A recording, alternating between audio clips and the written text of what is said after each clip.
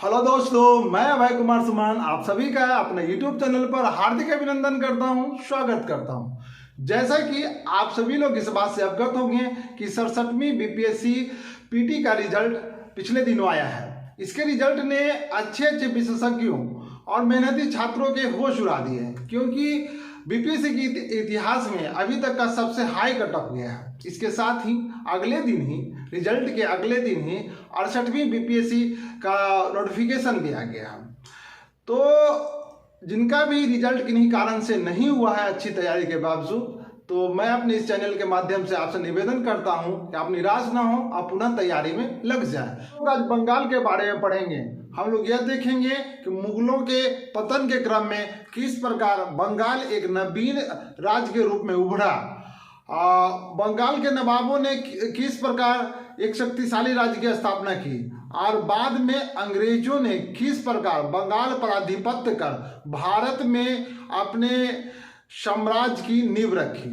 तो इस क्रम में हम लोग बंगाल के सारे नवाबों के बारे में देखेंगे। उसके बाद इसी क्रम में प्लासी के युद्ध और बक्सर के युद्ध को देखेंगे, क्योंकि प्लासी का युद्ध और बक्सर का युद्ध ही भारत के भविष्य को तय करता है।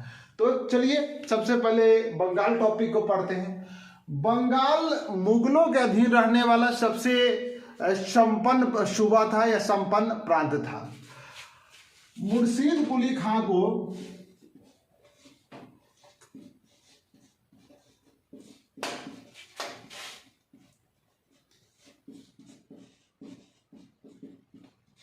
औरंगजेब ने 1700 ईस्वी में बंगाल का सूबेदार बनाया। मुर्शीद कुली खान सर्वप्रथम 1700 ईस्वी में बंगाल का सूबेदार बना, औरंगजेब द्वारा बनाया गया। उसके बाद 1717 ईस्वी में फरुखसियर के समय में, जिस समय मुगल सिंहासन पे दिल्ली में फरुखसियर बैठा हुआ था, उस समय 1717 ईस्वी में मुर्शीद कुली खां अपनी स्वतंत्रता की घोषणा करता है और एक नवीन बंगाल राज्य की स्थापना करता है। और 1717 वही पीरियड है जिस समय अंग्रेज का एक दल दिल्ली गया था और वह बंगाल में व्यापार की अनुमति मांग रहा था। तो उसी समय में मुर्शीद कुली खां 1717 ईस्वी में वह एक अलग राज्य की स्थापना करता है और बाद में मुर्शीद कुली खां बंगाल की राजधानी को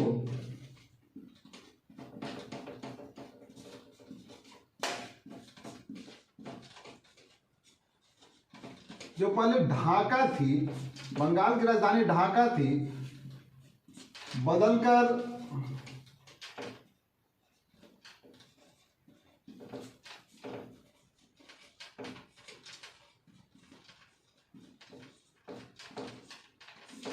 करता है। तो यहां से एक क्वेश्चन पूछता है दोस्तों कि बंगाल की राजधानी ढाका से मुर्शिदाबाद किसने परिवर्तित की। तो मुर्शीद कुली खां ने 1717 ईस्वी में बंगाल की स्थापना की, मतलब एक स्वतंत्र राज्य की स्थापना की और उसने राजधानी को बदलकर मुर्शिदाबाद किया, ढाका से मुर्शिदाबाद किया। एक चीज और है कि मुर्शीद कुली खां एक स्वतंत्र राज्य की स्थापना तो करता है, लेकिन वह मुगलों के प्रति अपनी वफादारी को नहीं छोड़ता और रेगुलर जो है ना, मुगलों को वार्षिक जो कर है वह एक निश्चित मात्रा में वह देता रहता है। मुर्शीद कुली खां जब बंगाल के सिंहासन पर बैठता है तो सबसे पहले आर्थिक व्यवस्था को सुदृढ़ करने का प्रयास करता है। वह विभिन्न तरह के भूमि कर में सुधार करता है, वह व्यापार नीति नया लेके आता है, जिसके कारण धीरे धीरे बंगाल की जो आर्थिक व्यवस्था है वह सुधरने लगती है। उसके बाद 1727 ईस्वी में मुर्शीद कुली खां की मृत्यु हो जाती है।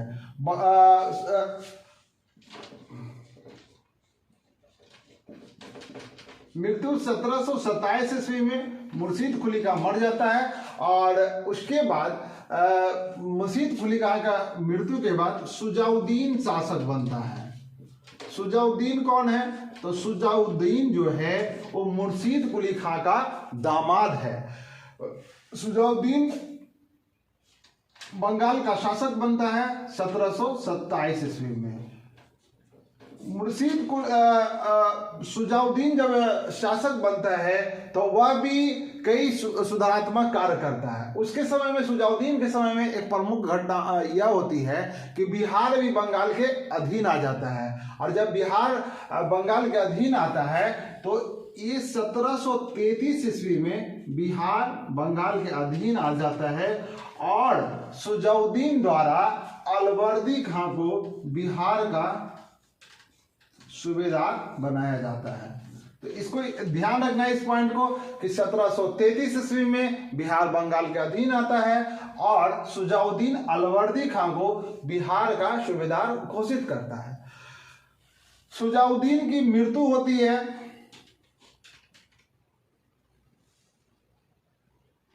1739 ईस्वी में। शुजाउद्दीन 1739 ईस्वी में मर जाता है। उसके बाद शुजाउद्दीन के मरने के बाद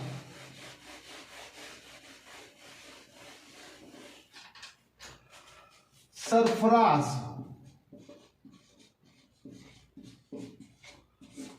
जो शुजाउद्दीन का पुत्र है वह 1739 ईस्वी में बंगाल का शासक बनता है। सरफराज के शासन के समय बिहार का सूबेदार अलवर्दी खां विद्रोह कर देता है।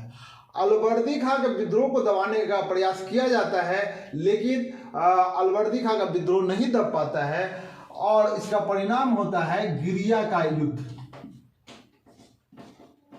अब गिरिया का युद्ध याद रखना है कि किसके किसके बीच में हुआ, सरफराज और अलवर्दी खां के बीच में हुआ और इस युद्ध में अलवर्दी खां की जीत हुई और इस प्रकार अलवर्दी खां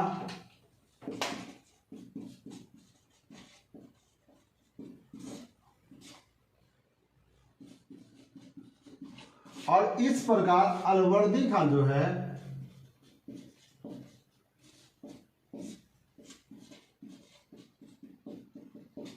सत्रह सौ 40 ईस्वी में बंगाल का नवाब बनता है। अलवर्दी खां के शासनकाल को आप ये कह सकते हैं कि अभी तक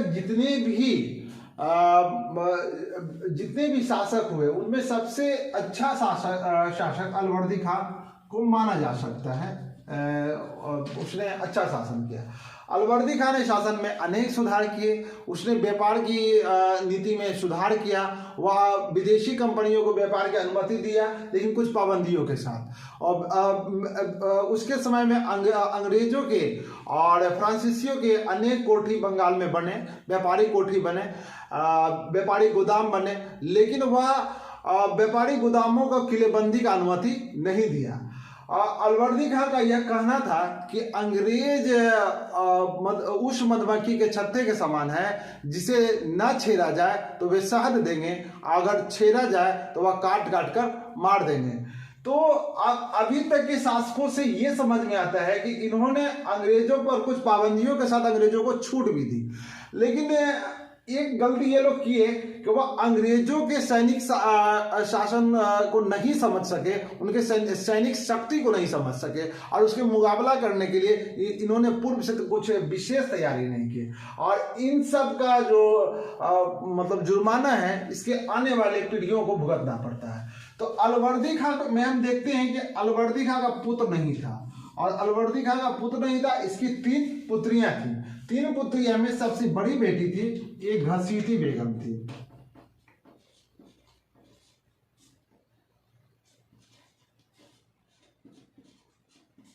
इसकी दूसरी जो पुत्री थी वह उसका नाम मामूना बेगम था।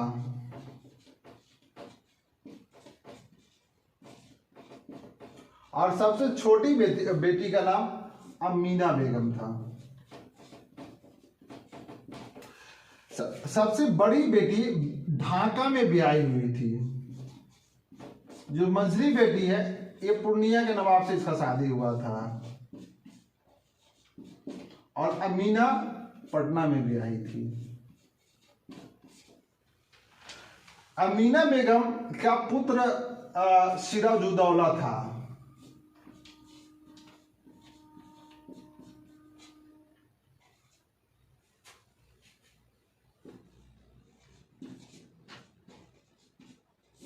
यही सिराजुद्दौला अलवर्दी खां की मृत्यु के बाद 1756 ईस्वी में बंगाल का नवाब बनता है। अब यहाँ पे एक चीज देखना है कि आपको पता ही होगा कि परिवार में सत्ता के लिए या धन संपत्ति के लिए संघर्ष होता है, तो सत्ता के लिए यहाँ भी संघर्ष शुरू हो जाता है। अलवर्दी खां की 3 बेटी और सबसे छोटी बेटी का पुत्र जो है सिराजुद्दौला 1756 ईस्वी में अलवर्दी खां की मृत्यु के बाद बंगाल का नवाब बनता है। यहाँ से विवाद शुरू हो जाता है, पारिवारिक विवाद शुरू हो जाता है। पारिवारिक विवाद में घसीटी बेगम और मामूना बेगम, ये दोनों को बुरा लगता है। मामूना बेगम का पुत्र उस समय जो पूर्णिया में है वह विद्रोह करना शुरू कर देता है, विरोध करना शुरू कर देता है, और घसीटी बेगम भी नहीं चाहती कि सिराजुद्दौला शासक बने। इस कारण ये दोनों जो है ना ढाका से और पूर्णिया से साजिश होने लगता है सिराजुद्दौला के खिलाफ।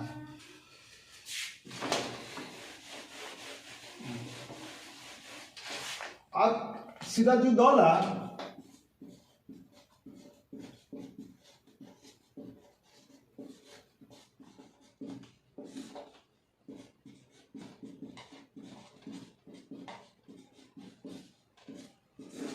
जो 1756 ईस्वी में बंगाल का नवाब बनता है, वह सर्वप्रथम अंग्रेजों को और फ्रांसीसियों को अपने कोठियों के किलेबंदी करने के लिए मना करता है। फ्रांसीसी मान जाते हैं लेकिन अंग्रेज नहीं मानते। अंग्रेज उस समय कलकत्ता में फोर्ट विलियम की स्थापना कर रहे थे। फोर्ट का आपको मालूम ही होगा कि फोर्ट मतलब क्या होता है, फोर्ट मतलब किला होता है। अब विलियम वहां के इंग्लैंड के राजा का नाम था, तो इंग्लैंड के राजा के नाम पर एक किले का निर्माण कर रहे थे। वो जो किला बन रहा था बहुत विशाल किला बन रहा था, उसकी चारों तरफ से जो मतलब चारदीवारी हो रही थी, इतनी मोटी मोटी, काफी मोटी मोटी हो रही थी। वह सिराजुद्दौला का कहना था कि जो तुम बाउंड्री वगैरह कर रहे हो या महल का जो दीवार बना रहे हो वो सिंपल दीवार बनाओ, और सुरक्षा के लिए बनाना है तो सिंपल सा सिर्फ बाउंड्री दो। इतनी मोटी मोटी मतलब बाउंड्रियां दे रहे हो जैसे लगता है कि तोप के गोले से तुमको बचना है। और उन लोगों का उद्देश्य भी था कि उसको एकदम सुरक्षित बख्तर बंद बनाना है कि कल होकर कोई हमला भी होता है ना तो मतलब उससे वह बिल्डिंग सुरक्षित रहे और उस बिल्डिंग के आड़ में मतलब किसी अपने दुश्मन पर हमला किया जा सके। इन सब नीतियों से वह बिल्डिंग बन रहा था। सिराजुद्दौला मना किया। सिराजुद्दौला के मना करने के बाद भी वहां काम नहीं रुका। जब वहां काम नहीं रुका तो सिराजुद्दौला वहां पे हमला कर देता है 15 जून को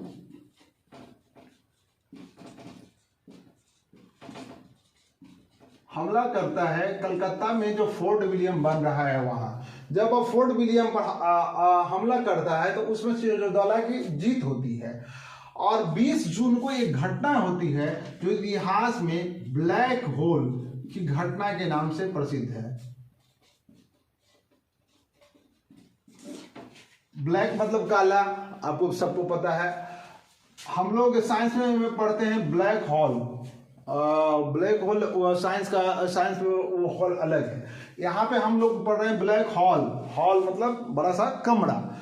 एक ब्लैक होल की घटना घटती है। ब्लैक होल की घटना क्या है, इससे हमेशा प्रश्न पूछे जाते हैं। तो एक व्यक्ति है, अंग्रेज व्यक्ति, उसके अनुसार उसने जो अपने पुस्तकों में सूचीबद्ध किया है उसके अनुसार उसका कहना था कि सिराजुद्दौला ने क्या किया ना कि एक कमरा था जिसका साइज था 18 बाई 14 फुट 10 इंच। कहने का मतलब कि 18 फीट लंबा, 14 फुट 10 इंच चौड़ा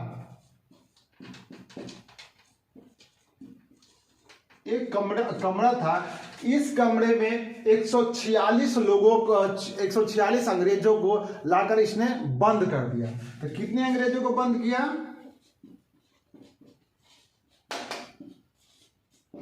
146। इसको ध्यान से देखिएगा, यहां से प्रश्न पूछे जाते हैं। तो सिराजुद्दौला ने 146 अंग्रेजों को एक 18 बाई 14 के हॉल में बंद कर दिया।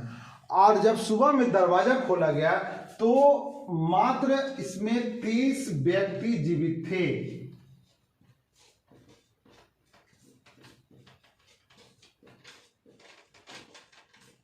23 व्यक्ति जीवित बच गए थे और बाकी 123 व्यक्ति मर गए। तो ये जो व्याख्या है ब्लैक होल का एक कॉन्सेप्ट है, तो इसके बारे में कुछ इतिहासों का कहना है कि ये जो अंग्रेज तथा कथित पत्रकार अपने को बोलता था हॉलवे, उसकी एक काल्पनिक कहानी है, क्योंकि इसका कोई साक्ष्य नहीं मिला। लेकिन अब ये कल्पना क्यों की गई अंग्रेजों द्वारा, तो सिराजुद्दौला को घेरने के लिए किया गया कि इसके बहाने उस पर दबाव बनाया जाए, और वह सिराजुद्दौला से युद्ध करने का कुछ बहाना भी ढूंढ रहा था। तो इस कारण एक कुछ इतिहासकारों का ऐसा कहना है, और कुछ का कहना है कि सच्ची घटना है, और हॉलवेल उस 23 व्यक्ति में शामिल है जो जीवित बचा था, और वह जाके इंग्लैंड पहुंचा और वहां के राजा को बोला कि अरे बाप रे बाप, वो सिराजुद्दौला वो तो आदमी है, आप लोग कैसे कहते हैं कि हम भारत में अपना व्यापार बहुत अच्छे से कर रहे हैं और भारत को अपने अधिकार में ही ले लेंगे, लेकिन वो सिराजुद्दौला तो आप लोगों को ठूस ठूस के मार रहा है। तो ये जो प्रतिक्रिया, ये जो घटना हुई, इस घटना के प्रतिक्रिया में अंग्रेजों ने भी कदम उठाए। तो अंग्रेजों ने कदम क्या उठाया, तो लॉर्ड क्लाइव के नेतृत्व में अंग्रेजी सैनिकों का एक दल मद्रास से कलकत्ता पहुंचा। जब वह मद्रास से कलकत्ता पहुंचा तो वह पुनः कलकत्ता पे हमला करता है और फोर्ट विलियम सहित कलकत्ता को अपने अधिकार में ले लेता है। उसके बाद जब वह कलकत्ता को अपने अधिकार में ले लेता है तो उसके बाद 9 फरवरी को एक संधि होती है।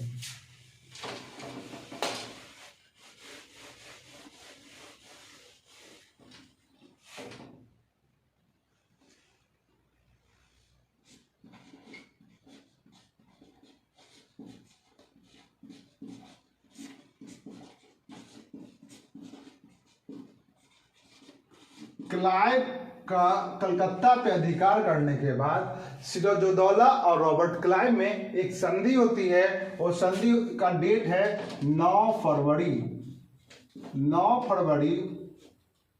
1757 में दोनों के बीच संधि होती है। और इस संधि में तय होता है कि पूर्व की स्थिति को बहाल कर दिया जाए। अंग्रेज पूर्व की भांति ही कलकत्ता में, बंगाल में अपना व्यापार करेंगे, उसमें नवाब कोई हस्तक्षेप नहीं करेगा, और नवाब के अधिकारों में, कार्यों में अंग्रेज उसमें भी कोई टांग ना अड़ाएंगे। इन संधि के साथ एक तरह से दोनों का भी समझौता हो जाता है और दोनों अपने अपने काम को करने लगते हैं। लेकिन सिराजुद्दौला तो अपने राज्य को संभालने में लग जाता है, लेकिन अंग्रेज अलर्ट हैं और अंग्रेज तत्कालिक संधि किए हैं, लेकिन उसका दिमाग में ये है कि किसी तरह इसको कंट्रोल में करना है, यहाँ से सिराजुद्दौला को हटाना है और बंगाल को अपने अधिकार में लेना है। इसके लिए वह षड्यंत्र करने लगता है, और षड्यंत्र के दौरान ही वह देखता है कि सिराजुद्दौला के आसपास कमजोर कड़ी कौन कौन सा है। तो उसकी मुलाकात मीर जाफर से होती है। मीर जाफर कौन है, तो मीर जाफर जो है सिराजुद्दौला का सेनापति है।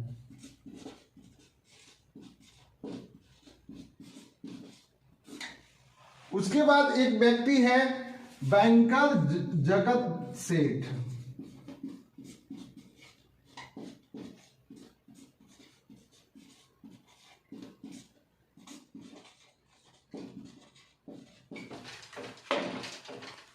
और एक तीसरा व्यक्ति है जिससे उसकी मुलाकात होती है,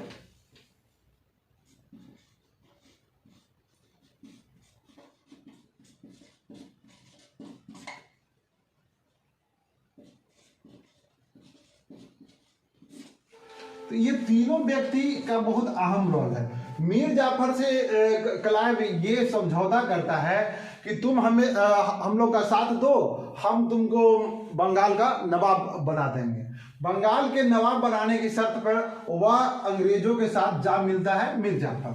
बैंकर जगत सेठ और दीवान दुर्लभ राय को भी प्रलोभन देकर अंग्रेज अपने साथ मिला लेते हैं। अब वह सिराजुद्दौला के खिलाफ पूरा बिसा चुका है। और एक चीज और, जो अभी घसीटी बेगम जो ढाका की है, तो घसीटी बेगम भी अंग्रेजों का साथ देती है, क्योंकि थोड़ा देर पहले बताया कि सिराजुद्दौला के नवाब बनने से वह खुश नहीं है, तो घसीटी बेगम भी अंग्रेजों का साथ देती है। तो हम देख सकते हैं कि मीर जाफर, जगत सेठ, दुर्लभ राय और घसीटी बेगम को अंग्रेज मिलाने में कामयाब हो जाते हैं, और इस प्रकार वह सिराजुद्दौला से युद्ध करने की तैयारी करने लगता है। और वह सिराजुद्दौला द्वारा बनाए गए अनेक नियमों को तोड़ना शुरू कर देता है, जिस कारण सिराजुद्दौला का ध्यान अंग्रेजों की ओर जाता है, और इसका परिणाम होता है प्लासी का युद्ध।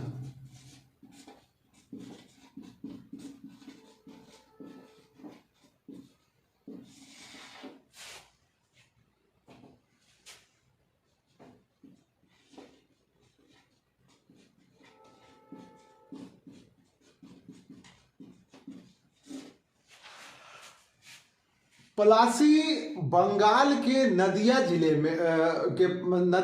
में भागीरथी नदी के किनारे स्थित एक गांव है। वहीं पर सिराजुद्दौला की सेना और अंग्रेजों की सेना के बीच युद्ध हुआ था, और इसी कारण उस युद्ध को प्लासी के युद्ध के नाम से जानते हैं। तो प्लासी का युद्ध 23 जून 1757 ईस्वी को हुआ। प्लासी के युद्ध में सिराजुद्दौला की सेना और अंग्रेज की सेना आपस में भिड़ी। सिराजुद्दौला का साथ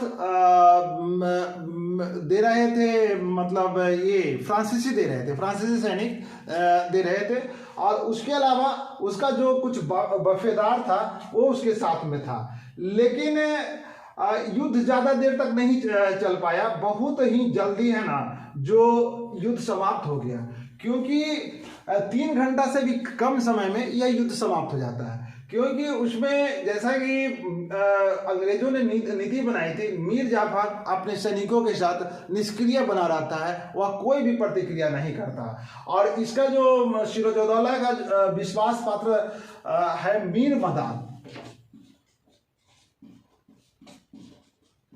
यह वह पात्र है जो प्लासी के युद्ध में बहुत ही वीरता से लड़ता है। तो मीर मदान लड़ते हुए मारा जाता है, और फ्रांसीसी सैनिक भी कुछ ज्यादा नहीं कर पाते।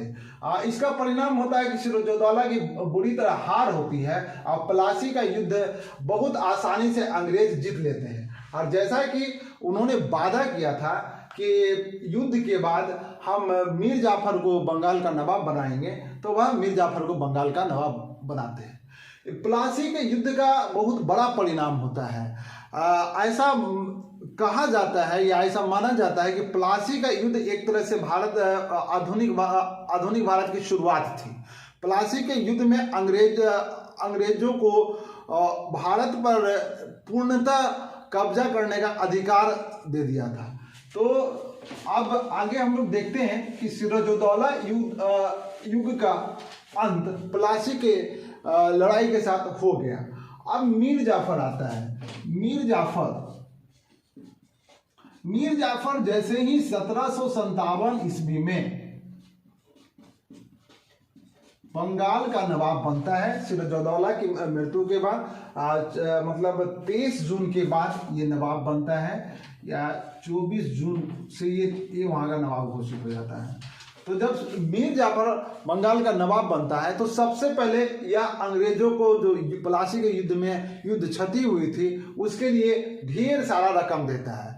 फिर रॉबर्ट क्लाइव को अलग से नजराना पेश करता है, और अंग्रेज के ऊंचे अधिकारियों को महंगे महंगे तोहफे देता है। इस प्रकार पूरा खजाना लुटा देता है, और 24 परगना की जमींदारी अंग्रेजों को लिखित रूप से यह दे देता है। यानी अंग्रेज जैसा चाहते हैं वैसा एक करता है। बाद में मीर जाफर क्या करता है कि उस समय पटना में, पूर्णिया में हिंदू शासक थे, तो वह इन शासकों को हटाना चाहता है, मीर जाफर हटाना चाहता है। लेकिन रॉबर्ट क्लाइव के हस्तक्षेप के कारण, अंग्रेजों के हस्तक्षेप के कारण वो हटा नहीं पाता। यहाँ से एक और ट्विस्ट हिस्ट्री में शुरू होता है कि यहीं से अंग्रेज इस बात को गौर करते हैं कि यहाँ पे भारत में अगर शासन करना है तो फूट डालो, राज्य करो। यानी हिंदू मुस्लिम के एकता को विखंडित करने की जो रणनीति षड्यंत्र रचना शुरू करते हैं वो मीर जाफर के शासनकाल से ही वे शुरू कर देते हैं। उसके बाद 1760 का पीरियड आता है। 1760 आते आते अंग्रेजों को लगता है कि मीर जाफर अब कोई काम का नहीं है, हमारा कोई भी मतलब मांग की पूर्ति नहीं कर रहा है, बंगाल बिल्कुल ही कंगाल हो गया है, इसके राजकोष बिल्कुल कंगाल हो गए। तो यह करता क्या है कि इस पर एक आरोप लगाता है कि तुम, मीर जाफर को कहता है कि तुम डचों को सहयोग कर रहे हो,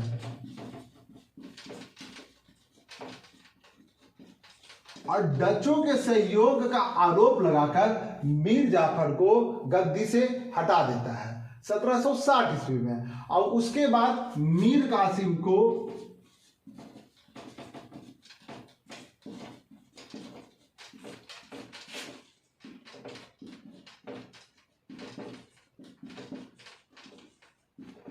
बंगाल का नवाब बनाता है। मीर कासिम को बंगाल का नवाब 1760 में बनाया जाता है। तो यह 1760 से लेकर 1763 तक बंगाल का नवाब मीर कासिम रहता है।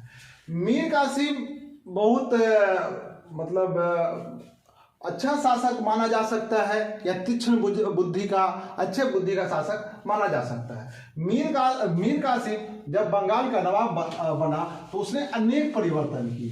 सबसे पहले मीर कासिम ने किया क्या, मीर कासिम ने सबसे पहले अपनी राजधानी परिवर्तित की, और राजधानी कहां ले गया, मुर्शिदाबाद से हटाकर ये अपनी राजधानी को मुंगेर स्थानांतरित करता है। अब यहां से क्वेश्चन पूछेगा कि बंगाल की राजधानी मुर्शिदाबाद से मुंगेर किसने स्थानांतरित की, तो मीर कासिम ने। कब किया, तो 1760 ईस्वी में इसने राजधानी स्थानांतरित की, क्योंकि इसको लगा कि मुर्शिदाबाद में अंग्रेजों की राजनीति या अंग्रेजों का हस्तक्षेप बहुत ज्यादा है, इसलिए राजधानी को यहां से हटाना आवश्यक है। यह वहां से राजधानी हटाकर मुंगेर लेके चला गया, और उसके बाद उसने क्या किया, मुंगेर में बंदूक,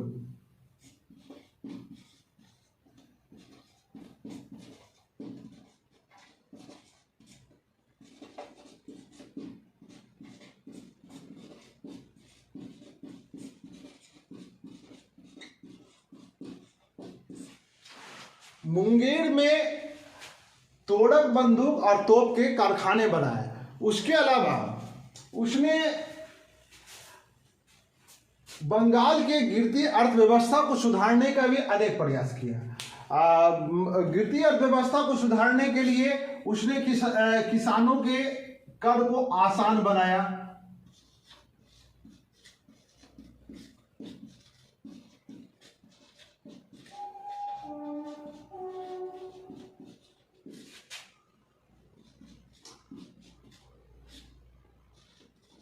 सभी के लिए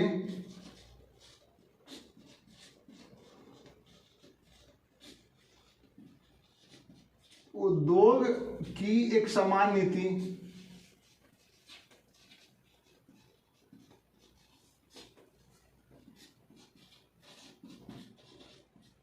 जैसे फैसले की।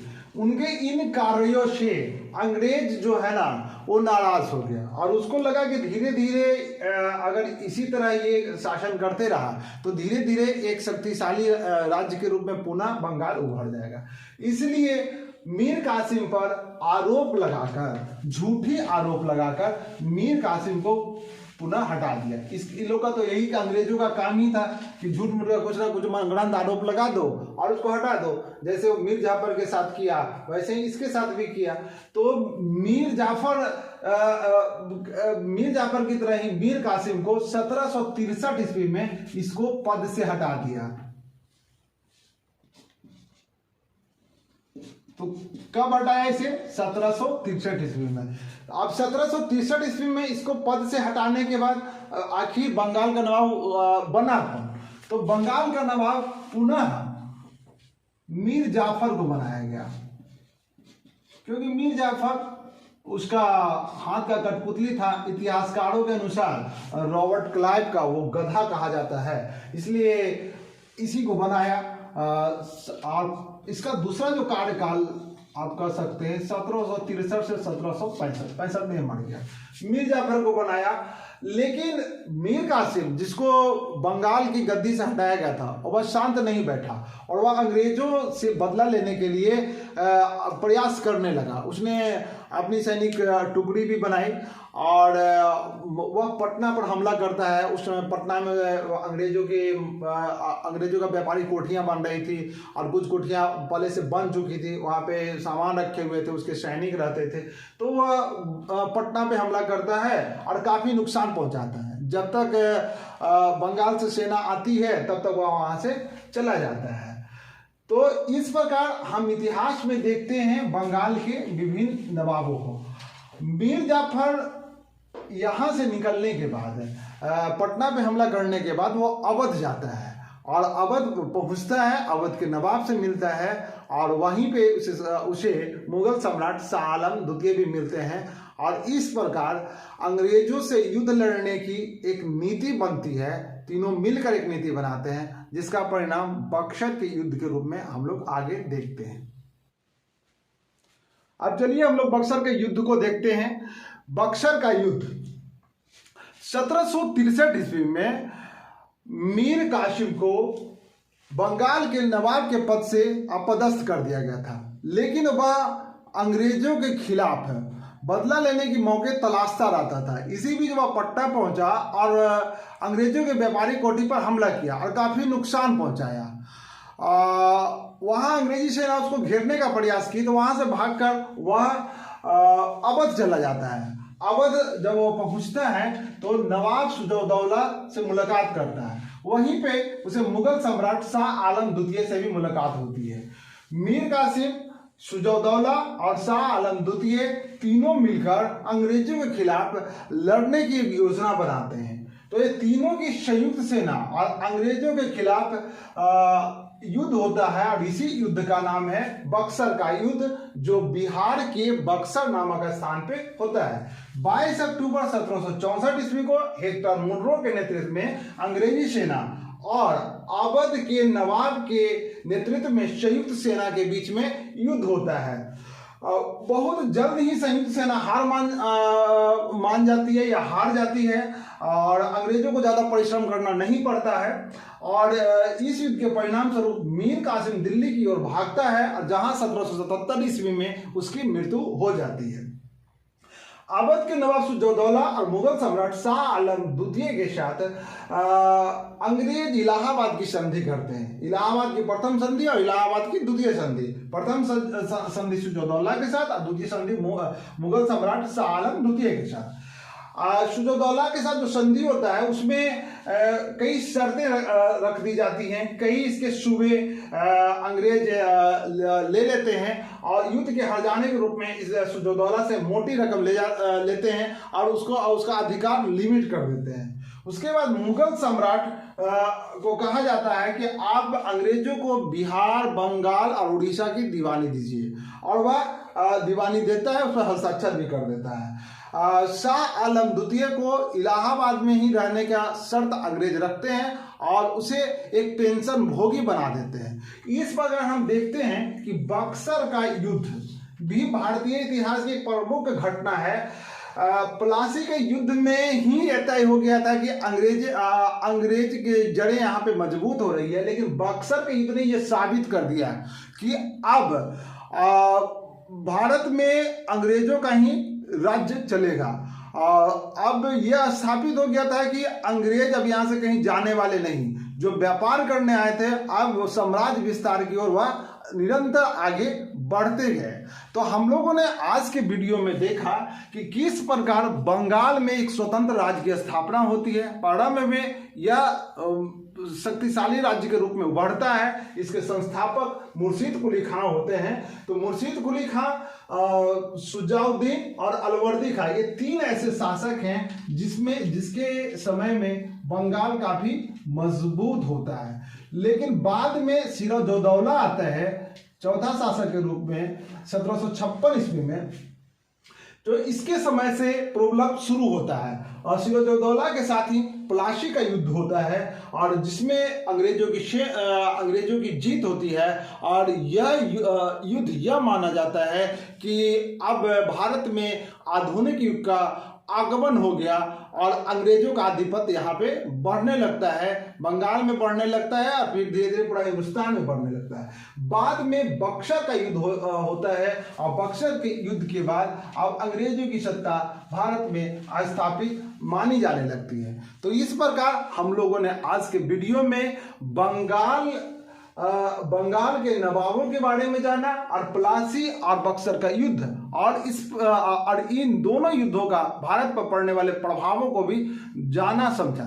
ये टॉपिक कंपटीशन के लिए, प्रतियोगिता परीक्षा के लिए काफी इंपॉर्टेंट है। सभी पीसीएस परीक्षा में, यूपीएससी में और वनडे एग्जाम जितना भी है सभी में इस टॉपिक से प्रश्न पूछे जाते हैं। यह वीडियो आपको कैसा लगा कमेंट में लिखकर जरूर बताएंगे। अगले वीडियो में फिर मिलेंगे।